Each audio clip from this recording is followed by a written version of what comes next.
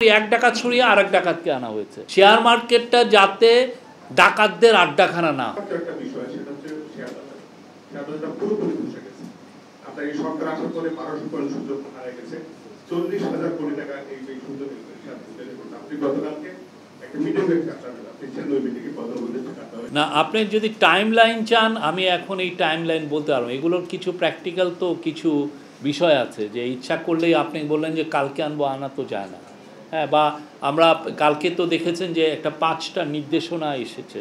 আমি এই 5টা নির্দেশনা নতুন করে রিপিট করতে চাই না, বাট সত্যিকার অর্থে চিফ অ্যাডভাইজার কালকে বলেছেন যে মিনিংফুল যাতে রিফর্ম হয়, শেয়ার মার্কেটে মিনিংফুল রিফর্ম হয়, এমন যেন ব্যবস্থা না হয় যে আমি এক ডাকাতকে সরিয়ে আর এক ডাকাতকে আনলাম এবং আর এক ডাকাত এসে প্রথমে কিছু মেজার নিলেন, দেখা গেলো যে শেয়ার মার্কেট একটু ভালো হলো, সবাই খুশি হলেন, তারপরে আবার 3 মাস পরে ওই ডাকাতির কারণে আবার কিছু লোক হলেন।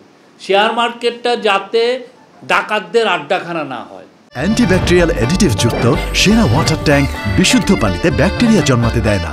এটা আমাদের চিন্তা ভাবনা করতে হবে যাতে বাংলাদেশের প্রত্যেকটা যে কোনো ইনভেস্টর যিনি শেয়ার মার্কেটে ইনভেস্ট করেছেন তাদের সবার ইন্টারেস্টটা যাতে প্রোটেক্ট হয়, যাতে ভেস্টেড ইন্টারেস্ট গ্রুপ যাতে শেয়ার মার্কেটকে ম্যানিপুলেট না করতে পারে।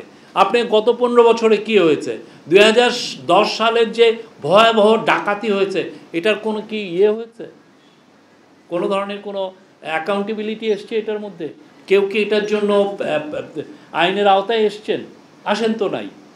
তো এই সময় যেটা হয়েছে যে একে সরিয়ে এক ডাকাত সরিয়ে আর এক ডাকাতকে আনা হয়েছে, দেখা যাচ্ছে যে ভিতরে তারা সবাই এক। আমরা কালকে চিফ অ্যাডভাইজারের কথা হচ্ছে যে এমন ফরেন এক্সপার্ট আনতে হবে যারা নির্মোহভাবে এই বাংলাদেশের শেয়ার মার্কেটকে একটা রিফর্মের জায়গায় নিতে পারবেন, যাতে সবাই বেনিফিটেড হয়। এটা যাতে ভেস্টেড কোনো গ্রুপের কাছে শেয়ার মার্কেটকে যাতে আমরা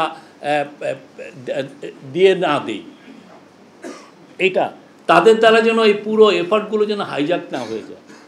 শেয়ার মার্কেটের সত্যিকার অর্থে মিনিংফুল রিফর্ম যেটা অন্যান্য দেশে হয়েছে, যে কাজগুলো বাইরে অন্যান্য দেশে যেগুলো ক্লিন আপ, এটা বলে ক্লিন আপ প্রসেসটা যেন ঠিকমতো হয়, এবং আমরা যদি এই ক্লিন আপটা ঠিকমতো করতে পারি বিশ্বাস করেন শেয়ার মার্কেট উঠবে। বাংলাদেশের ইকোনমি সামনে যত গতিতে উঠবে তার চেয়ে আরও দ্বিগুণ গতিতে শেয়ার মার্কেট উঠবে।